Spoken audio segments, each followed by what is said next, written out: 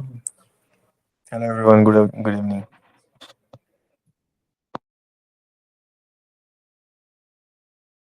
Good afternoon, sir. Sorry, it's good evening here.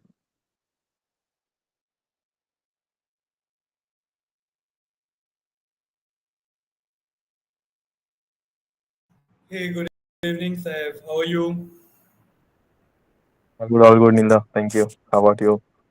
How It's everything going fine at well. your end? Going well, man. Let us wait for 10:05, then we'll start, I think. Yeah, so we should wait for 10:05. Ananto, can you please confirm me that we are live now or not?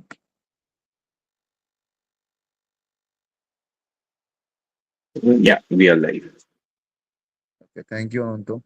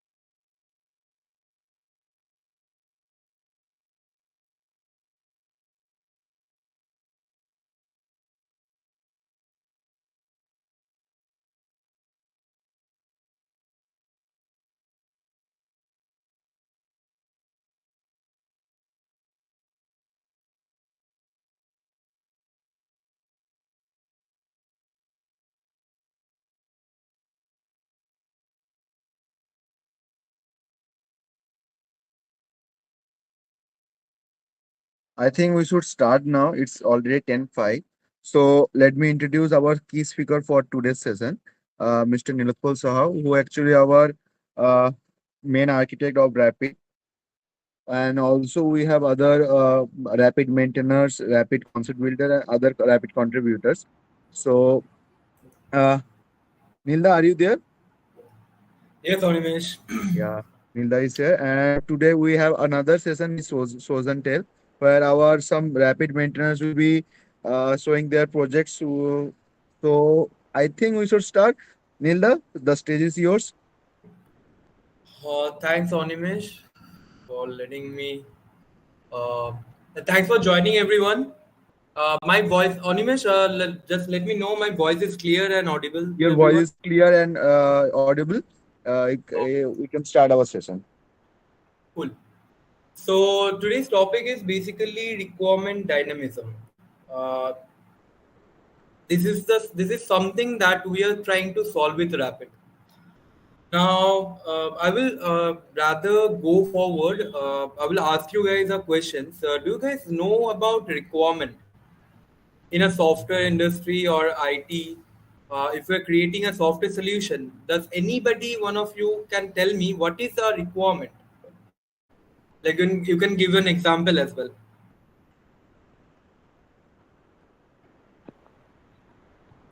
Requirement means Right now, which aspect? okay. One by one. Let's Preetham, you can speak. Then we'll go to Requirement means which aspect, in the business aspect or developer aspect? any aspect doesn't matter at all. A developer wants to run a code once and run it without error. This is your requirement. This is a developer requirement. This is a developer requirement. Great. Funny, but yeah, understand your point. Seth, you want to add something? Yeah. So Yeah. basically, in our industry, in which I am working right now, so what Yeah. we do is we have a lot of clients in our office. Okay, we have a different clients. Let's say Okay. RTA, EMA. You heard of these companies, I guess. So Yeah. these are our clients. Okay, so what we do is we gather requirements to implement and to configure a software. It's a SaaS product. Okay, It's it's an a SaaS product. ITSM tool. So for us, what is the requirement is we ask from the customer or client about the data that we want to implement in our software in ITSM tool. So the data is basically the organization details, the what you call the category, subcategory, and their requirements according to what are the integrations they want to do with different softwares. And apart from that, we also ask them if they have their own database, we can integrate with those data with their database that they have already in the environment.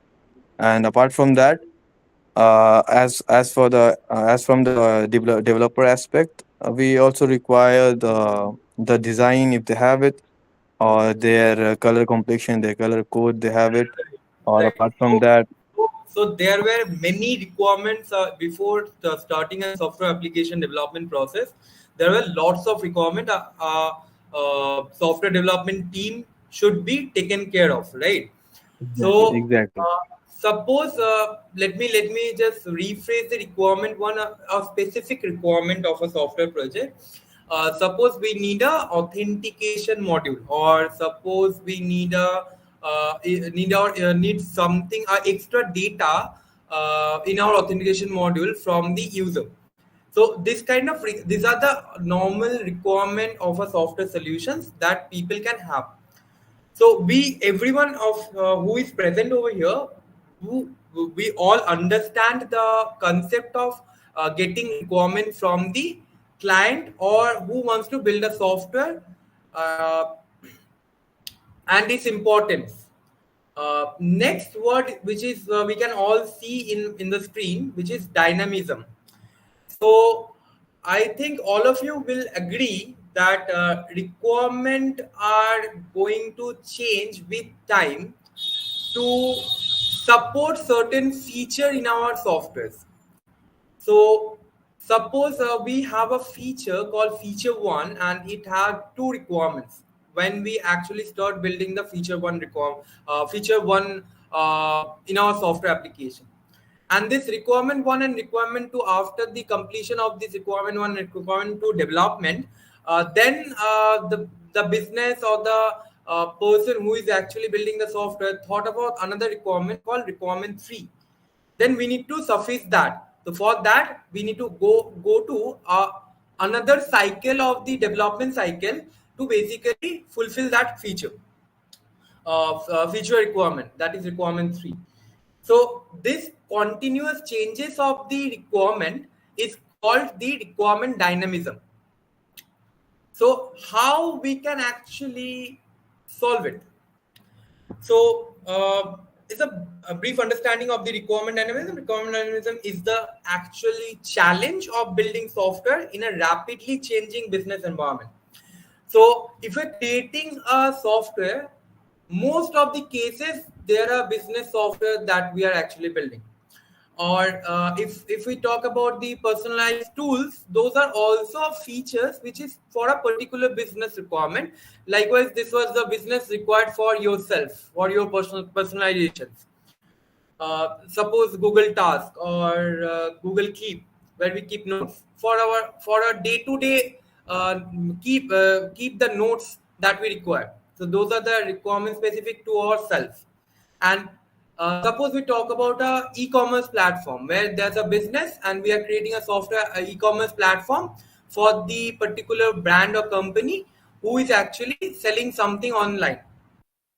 So these companies are continuously, or this software is continuously requirement changes happening, so that they can actually gain the benefit of the business.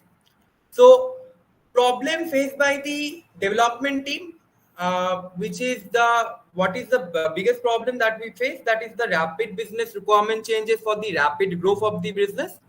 uh, how the tech team facing problems during this? They are serving the rapid changes rapidly, because the business, if they think of something, if we cannot deliver it quickly, we cannot understand whether that feature required by the business team which actually be helpful to the user or not. So to understand that, we need to develop these whole features quickly and rapidly, so that our user who is actually using the software application can be beneficial or not. And for that reason, there are if we like dig it down, there are changes like UI changes, where we need to change the UI components on the user interface screens on the client side, as well as the middleware changes where we write the backend codes to save do the CRUD operations on the database.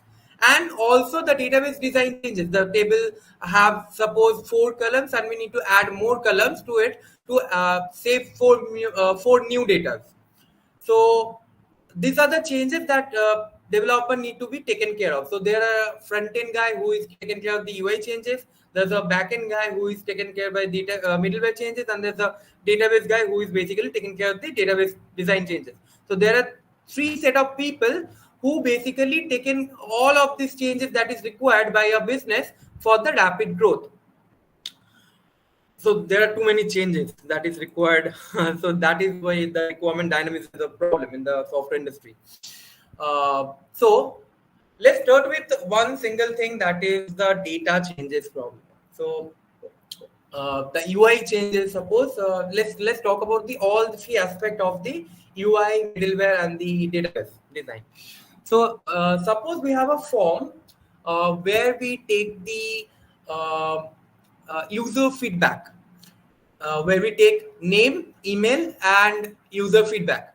When we actually started building the whole feedback, user feedback form or user feedback feature in our application, there was three field: name, email, and feedback. The where people can give comment. Next day, we thought about why don't we actually take the phone number from the user. So we activate the phone number as well. For that, what are the changes that we have to taken care of? That first thing is basically the form, which is having only three fields in the beginning. One is the username, one is the user email address, another one is user feedback in a text area.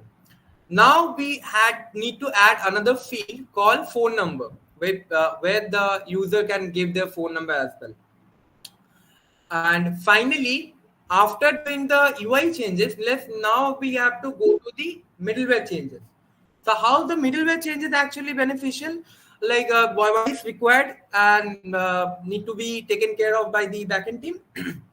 Because this new phone, which is the user giving into the form, that needs to be saved in the database as well. So our API middleware needs to process that data.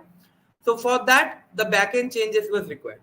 And finally, if we have a database table where the feedback is the database table name, there was like three field. One firstly is name, email, and feedback. Then there's a new field, like new column, are basically need to be added, the phone number. Then we can basically finally achieve what we required. This one single field requires this many changes. So the data acquisition from the user by a form component, that what I'm actually just explaining you guys right now. The data visualization to the user, as well as the similar thing that whenever we need to visualize certain data on the UI, those are data change, like those are the UI changes that we need to take care of. And finally, problem with the acquiring new data by user and showing it in the UI. So the form, the backend, and the database changes all needs to be taken care of for the only data changes that is required in a, particular requirement that is provided by the client or the product owner. So nowadays, modern applications mostly like the modern tech stack. Eventually, JavaScript and TypeScript are. If you go and search like the most used language in today's date, JavaScript and TypeScript are basically in number one and two. You can find.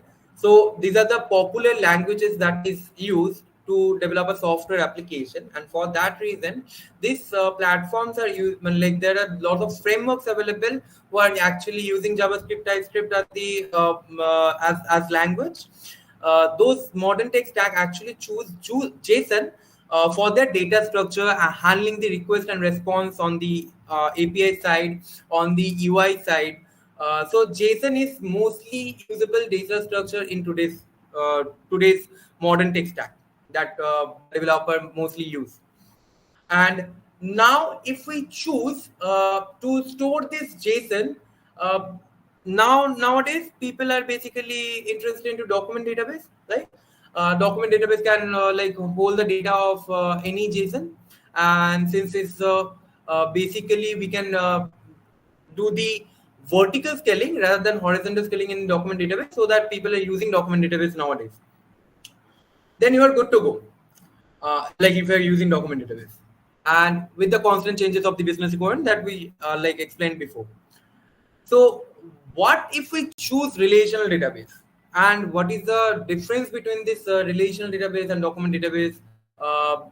So let's jump into that. So let us understand the basic differences of the relational and document database. Relational database are basically SQL databases, which are basically handle like excel at handling complex relationships, maintaining data integrity, performing integrate queries. They are well suited for transactional systems, mostly any software application in today's world needed, and applications requiring strong data consistency. Those are the primary aspect of a relational database. Example: MySQL, PostgreSQL, MariaDB. There are many.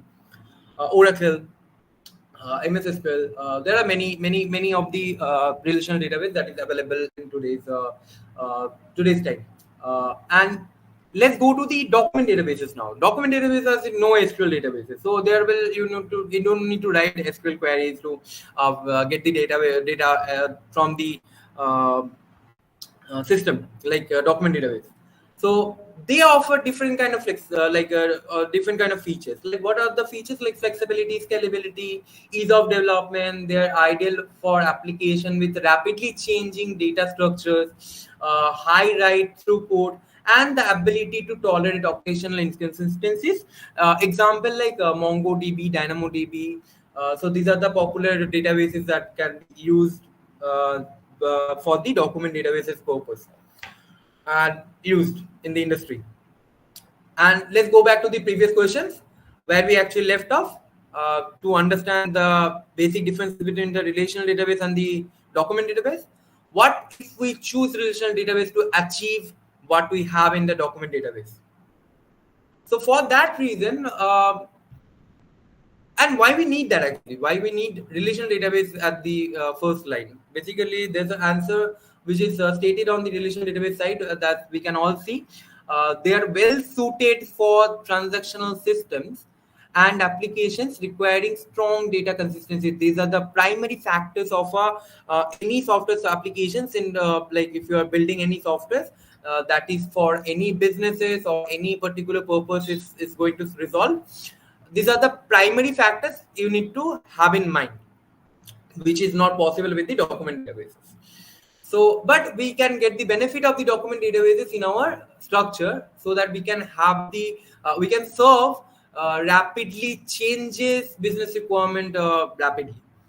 So how can we achieve this with metadata? How can metadata structure help us to using the relational database and having the feature of document database?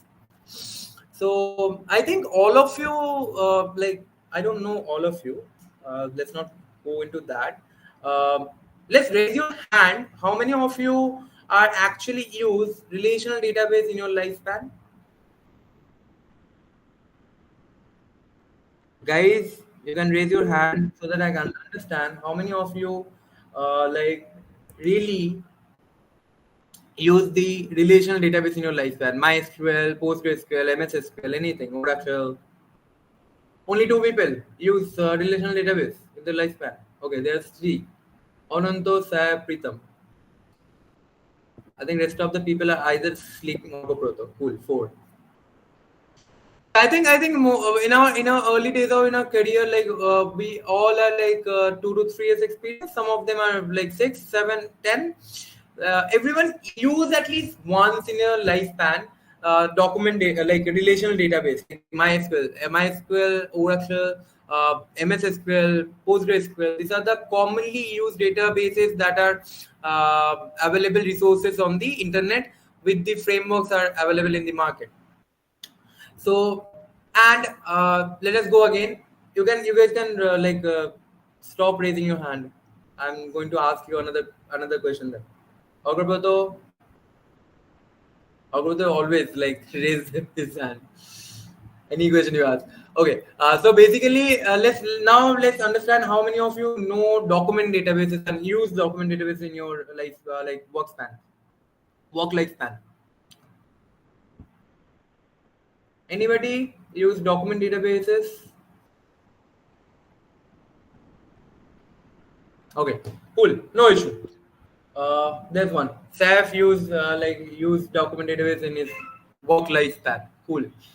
So Sam will be understood the basic differences of the this lifespan work lifespan. He used document database and the relational database at the same time. So let us go deeper. Think about an entity. Let's give an example also so that we can all understand.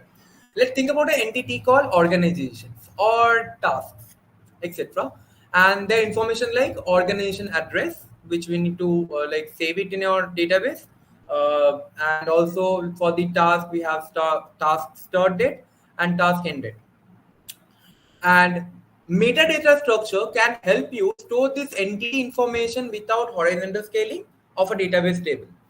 Now, what do you mean by horizontal scaling of a database table? Like horizontal scaling means the horizontal line. Like we all know about the horizontal line, which is a straight line going from left to right. And what is called what we have to understand the vertical scaling as well. What is the vertical scaling? The vertical line, the up and up from the up and down. So actual reference to the database side, if we add a new column to our database table, that is called horizontal scaling, and that is not good for the maintaining of a larger applications. Also, it depends on certain cases. We might require to do the horizontal scaling to get the benefits of the relational database. And on certain cases, we need to do the vertical scaling to basically avoid the database design changes a lot, which is happening for the business requirement changes. The requirement dynamism is the issue. So metadata structure can help us to store information without the horizontal scaling. Like if we need to add the organization address to our table, we don't need to add a new column to the organization table. Rather, we can have it in our organization meta table, where we can basically having a metadata structure with the key value with the organization ID, and basically store the organization address. No need to basically create a new column in the whole table. But for that, we have to basically create two tables for each entity. Like one of the main entity, which is holding the ID and the basic information. Like for the organizations, we have ID and name, and for the organization meters, we have two data sets. Like one is the which is storing the org address, and the other one is which is storing the org type. So for the organization purpose, we store a organization called Wrappid, which is an open source community organizations, and this organization is basically having two data metadata, which is one is the org address, another one is org type. So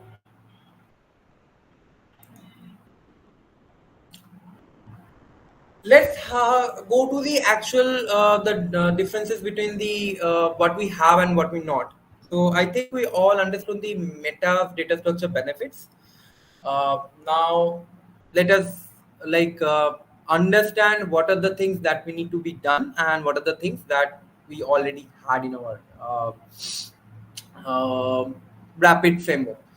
So woohoo means we have JSON schemas locally and in database for multiple technical entities. Like we can create form using a schema in our database table, so that the constant changes of the form UI changes is basically taken care by the this metadata, which is not in the different table but with the JSON block, JSON's schema in our single table where you can have multiple schema and the structure can be changes so easily. And also there's a model schemas for the database table, and for the business entity schemas we can have routes as well. And these all entities are basically we saved in the databases for the reason to basically we don't need developers interventions to change any particular metadata of any entity, the technical entities that we need in our UI or in our backend applications, which is basically in a pattern, and we can basically move it to the database. So we done that in Wrappid. Now, like what we don't have. So we don't have business information's data creation through metadata structure that we discussed earlier in the right hand section. The organization, the data, the main data, and the metadata which is needed for the representation of an organization. So that we need to basically focus on building. Actually, I'm working on that particular area so that we can create our model and business entity. These are the two primary features where we can actually create from the UI level, so that we can create any set of data entities in our software applications, and we can basically increase the number of data parameters that that particular entity can have without any interventions of the developer. Now Wrappid is basically trying to help developers to get what they actually require in their software applications without writing any more code. So I know there's a long way to go, but still we are actually focusing on that. So all the contributors are basically who are present here, basically we all need to be in same path. So finally we can achieve it together and rapidly. So the major story behind Wrappid to the developers shouldn't do the basic hard work of which is a software application need. Suppose changing the button color of in a UI, changing the card color in a UI, changing additional one button in the card, or changing of a new field in the form, or suppose you are a database developer, you need to change you need to alter a table to add a new column. Suppose you need to change a particular API structure or API logic. So if we can all basically have this feature in a tool where we basically only focus on writing the business logic of a software application, we can actually build the software very faster, where we basically can offload the this nitty-gritties of a software applications. That's this particular format field, adding a form field in a form. This to basically the business guy, the business analyst who are actually understand the business very well, and they can basically help the business to like adding a new field to a form to basically get benefit in the business aspect. So that's their area. Why we go into that? We write hardcore business logic to achieve what we want in our business applications. So for that reason that we have in mind, and we are currently working on that. Uh, so finally, this is how we achieve the requirement dynamism in our through Rapid for the software developers who are going to write no more silly or shittiest code in their work life span anymore. So finally, if we achieve that, I think many of the developers could be beneficial, or the businesses could be beneficial to create their own software solutions with ease. So there's a Q&A sessions. We must have it. So you guys can ask any questions regarding the requirement dimension concept, or anything in mind regarding what we discussed. And if you have any suggestions or feedback, also you can go ahead. Yeah, it's a long session, I think. Till we cover in 32. Steph, yeah, go ahead, Steph. Nilay, will it be applicable for only relational database, or it will be applicable for non-relational databases as well? Both And actually. other database, like let's say Oracle database, that is also a relational database. But Right. is it for all? Is it for all? Actually, we are basically doesn't be, we are actually not bothered about the what kind of database we are going to use. Basically, we are getting the benefits of the NoSQL databases in the relational databases as well. So you get the full benefits of using a relational database in your software application, as well as the non-relational like NoSQL databases, as in document database. We can use it as well. So you don't have to be bothered about the databases that you are using. Uh, like I'm sorry, we have to bother about databases if we use vector databases, because we haven't think about that as of now. So there's a new database called like vector database, which where we can basically store any kind of data, like if in terms of textual data, audio data, media data, any kind of media data as well. So that is for vector database. We are not including that portion as of now. But for the relational database and SQL data, no SQL and NoSQL databases, we won't be worried about that anymore. Great initiative. Cool. Any more questions from the contributors? Any suggestions, guys?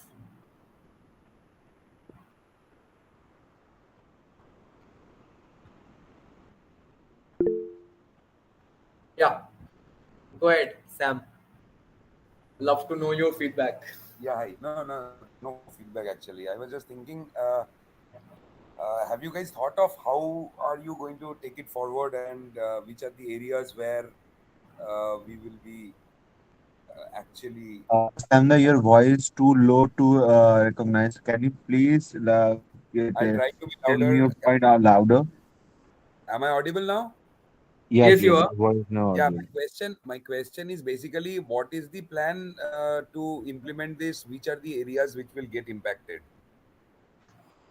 This is mostly impacted on the business entity side and the model schema side.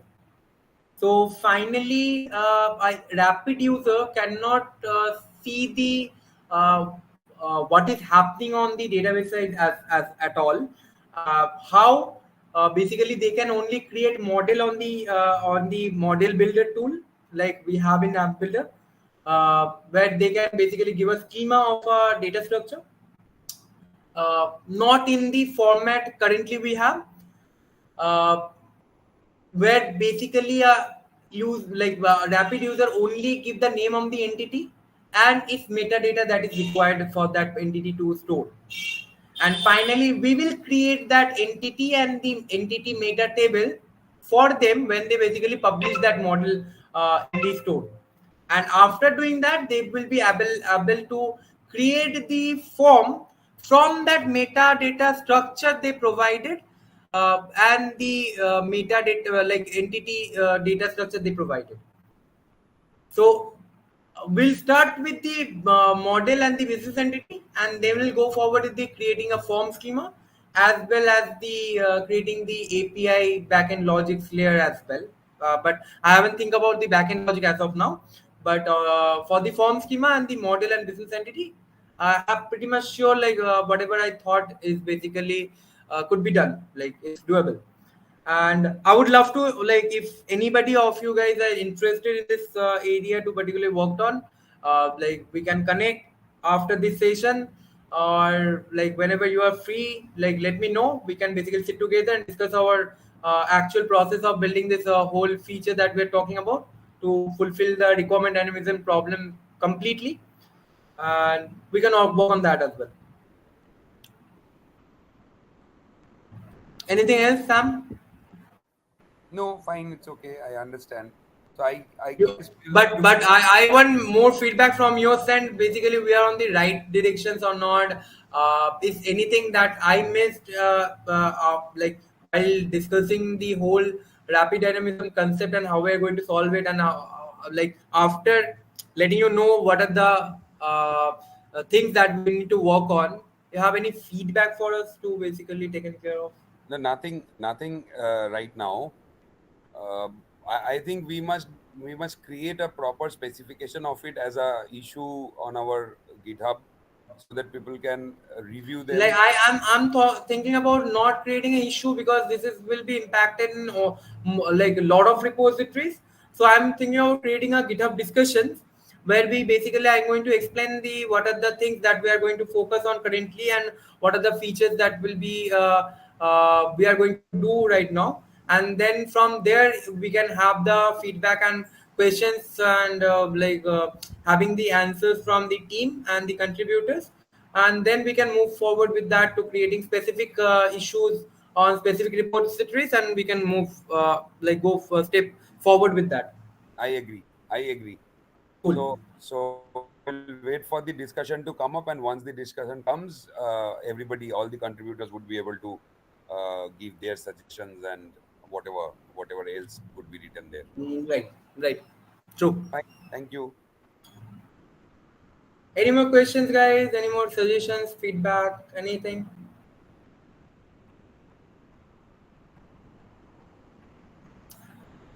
Okay, I guess there is no question from our. Okay, Sav has some question. Okay, yes, sir. Sir, the last question is from my side is like, what is the security status of this, like the database, the data that will be restored or something related to security? I want to know this. uh, like on the security aspect, you need to be very much specific about the security perspective. So there are a lot of Uh, security the software applications need. On the data security purposes, you need to be very specific. We need to talk about the DDoS attack or something else. take any example, any one example, and elaborate on that on a Like brief note. I would love to if you give me an example, rather.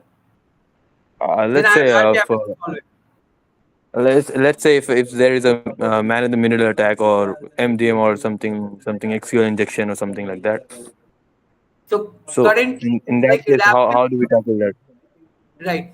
Rapid currently haven't worked on the specific attacks that can be happen in software applications, but we have the basic SSL features that can be protected on the transport layer security, as well as the we have certain thought of having the database protections layers for the encryptions and decryptions on the databases side. And on the API side, we can have the like we can protect the DDoS attack through the validations of any API that we have. So these are the common these are not basically, these are the common practice of when we are building a software applications. But we obviously there's a very good point, Sir, for bringing on the team, like on the context that we need to be focused as the security perspective as well. So, like if you have anything in mind, you can basically go ahead. Yes, Sam, join. Yeah, I would just like to add a few things here since you are talking about the data security part of it. So, Rapid Right. presently supports two major database systems, which are both relational database systems. One happens to be the Postgre, and the other one happens to be MySQL.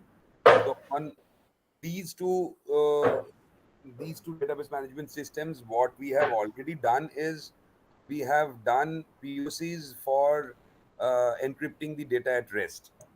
So that part, I think Pritam Mondal is the person who actually worked on that. Right. Primarily, Pritham work on that. But those are still not integrated into the Rapid releases that we ecosystem as have. of now. Right, the releases that we have do not have that capability integrated, but the POCs were done. A basic round of integrating it with Rapid and trying it out was also done.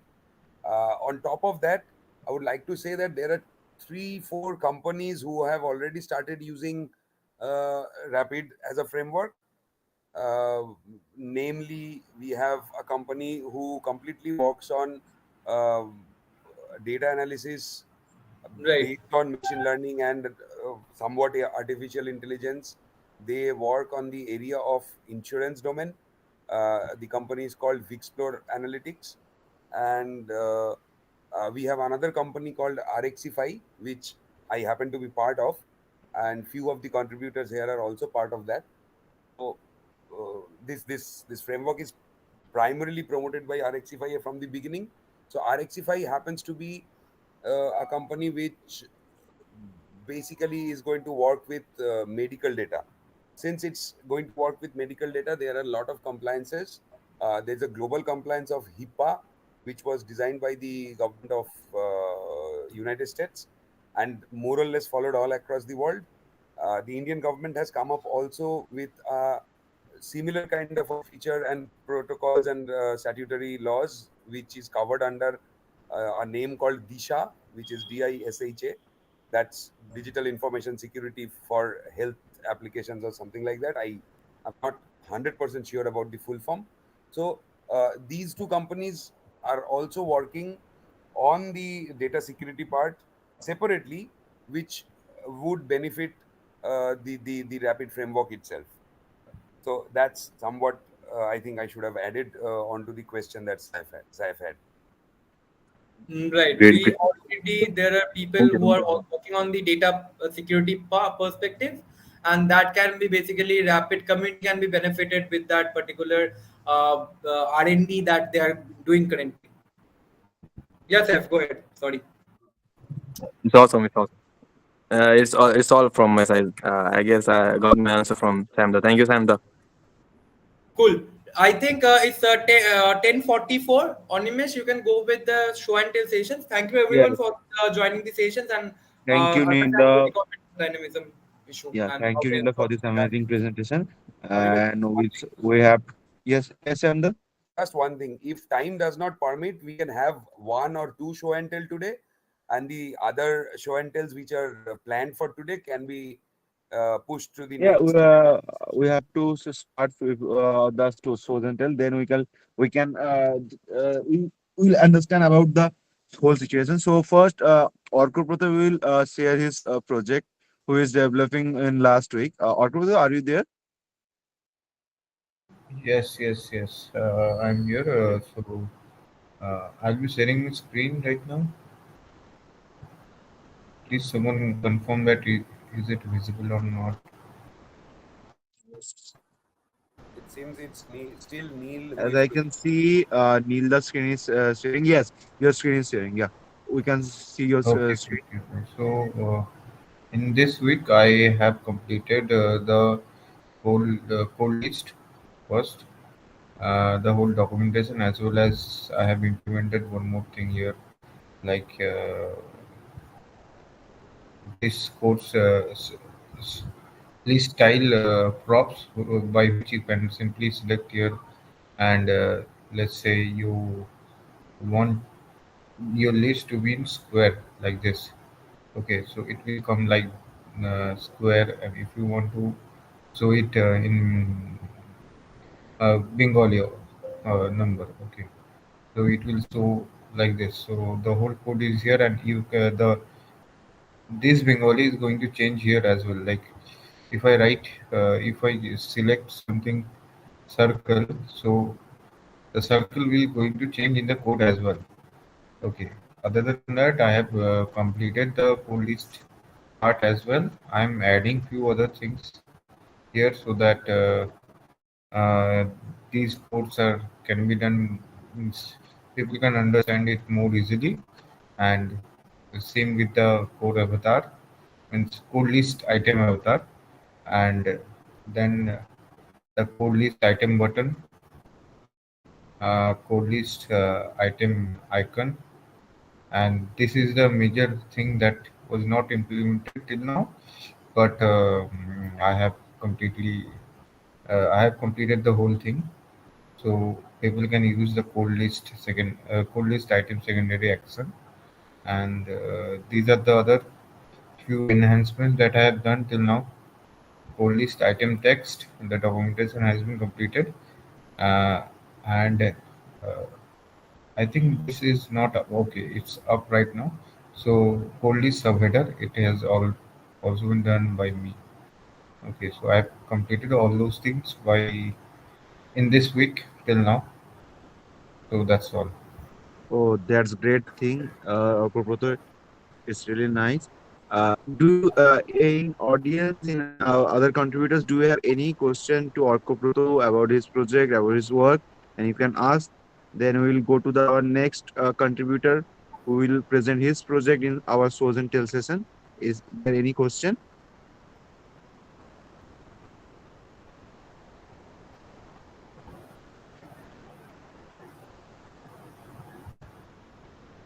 Okay. So I guess no one have any question. So thank you, Orkoproto. You done have a great job. Thank you, We Nimesh, can for move.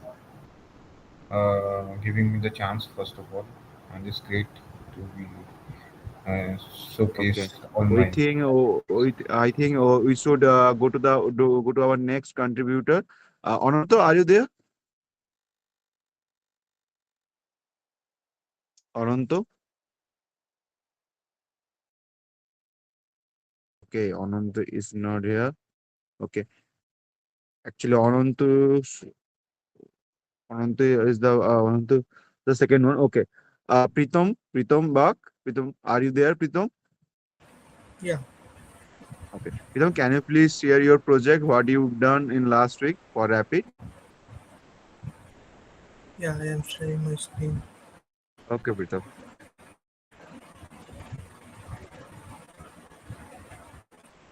Is the screen is visible to everyone? Yes, Pritam, your screen is visible. Okay. So in the past week, I worked with Rapid.dev website. So basically, I am working with the docs section mainly. So here you can see the uh, basically the documents portion. So here is a three portion which is templates where you can see all the rapid template as well, and in the package section, so here you can see the rapid package. So also in the business module, so you can see the uh, rapid inbuilt modules. So there is a bug actually which automatically turn the dark mode. So in this section, uh, I have worked with Rapid Organization GitHub API. So here we have seen a lot of data available. So these data come from actually GitHub. So these are all data that come from GitHub, and here is our contributors sections where the pictures of the contributors are the top contributors of the repository, and there is a lot of thing you can explore. Uh, so one of the thing is, if we click on learn more, we can see about the particular repo. So these data, as I mentioned, come from GitHub. You can check if you start this particular repos for this example. So you can see the actually this data is changing after few times. So you can actually try it by yourself and check it how it can work. So that is from my side. It's basically very nice that we don't have to go to GitHub continuously. We can check the repositories and all the packages in our website. And there is one question from my side, Pritam. Can we mark star in any repository in rapid.dev, or we have to go to the GitHub? Yeah, we have to go to the GitHub, and if we start any repos, it can automatically reflect it in the rapid.dev. Okay, okay, that's very So good. I have a one request to all rapid contributors. Please uh, star all the reports as well. Yes, yes. This is actually I want to tell the those who are seeing in the Google Meet, or those who join in our live. Please star all the repositories of Rapid, because all everyone is working hard, so it will help us. Okay. Thank you, Pritam, for your contribution and for your work. It's really appreciated. Okay. It's already Hello. 10:52. Yeah, Can Ananto is Hello. there. Yeah. For those who are watching it live, Yeah, I guess Saif have the Ananto. GitHub link Anant, will be in the description of this video, of this live stream. okay, okay, okay. Thank you, Ananto. Okay, Saif, exactly I guess. that Yes, sir. same thing. I wanted to put this in light that please put the link in the description of the live in YouTube. Okay, if there is Ananto guess the right thing and Ananto do that thing. Thank you, Ananto. Okay, it's already 10:53. So, Ananto, do you want to present your project today, or you want to you need more time to present your project? Then we can shift your part to the next rapid session. It will be better to shift it to the next session because it's already Okay, late. okay. Then okay, okay. Yeah. Then I Because am of some network issues, I allocating couldn't. you some time I for know. the next rapid session where you can present Yeah. your project in shows and tell. Yeah. Okay. Yeah. Thank So you. I guess okay. Thank you, Ananto. Okay, I guess all our speakers are done, and is the we are in the end part. So, is there any suggestion for to better our rapid session, Rapid Wednesday? And is there any question you have? In general, question you can ask. Uh, all the maintainers, main architect is here.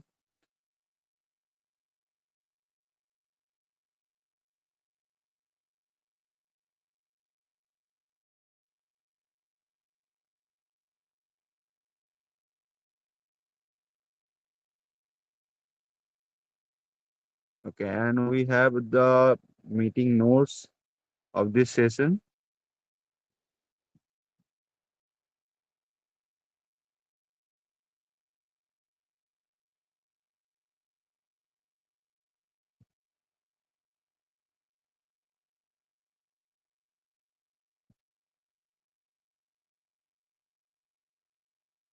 I guess no one have any question related to this week's rapid session.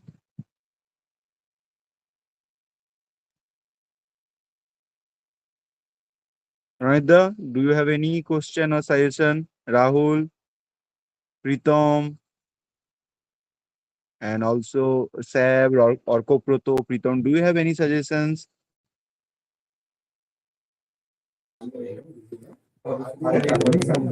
Hello? Can Hello. we keep any scratch or something like that at the end of every month, so that the person who is continuously coming and watching our live on YouTube or something like that and contributing more on Sorry, it. sir. Your voice was not recognizable.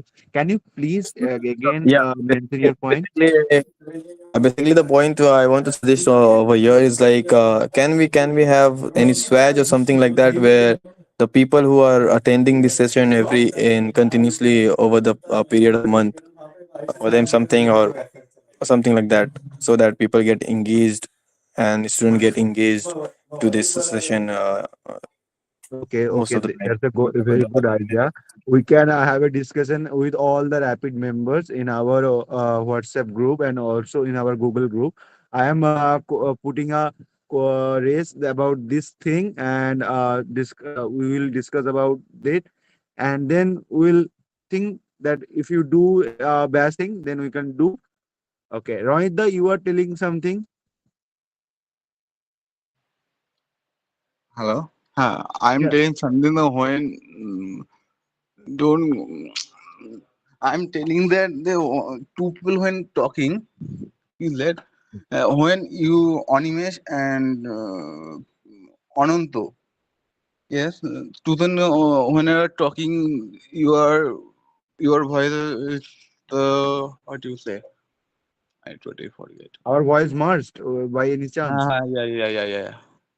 Okay. Okay, actually, Yeah. the thing is, Uh, Ananto is basically telling us that he already put the repository links, our GitHub link in our live stream description section. So if any contributor or any developer or any member wants to go to the GitHub, they can directly go to our YouTube live stream description, and they can give stars to every repositories. okay. Thank you. Okay.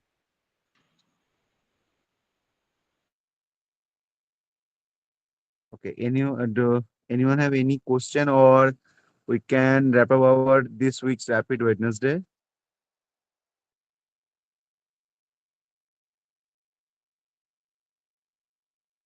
Okay. So I guess no one have any question. So thank you everyone for joining to this week's Rapid Wednesday. Thank you, Nilda. Thank you, Arkupoto and Prito, Mananto, everyone for your contribution. And hopefully, we'll build something great. And we'll meet next week, same day, Wednesday at 10 p.m. with another mind blowing session with some other mind blowing topic. Till then, have a good weekend and thank you. And already, I will share all the summary links in our Google group and WhatsApp group also.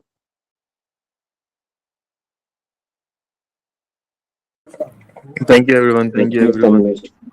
Beautiful session. Thank you, Nilda, Thank you, and thank Thank you Animesh, you. everyone. for being the lovely host. Bye, everyone. Good night. Take care. Sayonara. Good night everyone, good night, bye bye. Good night. Good night. Good night. Good night.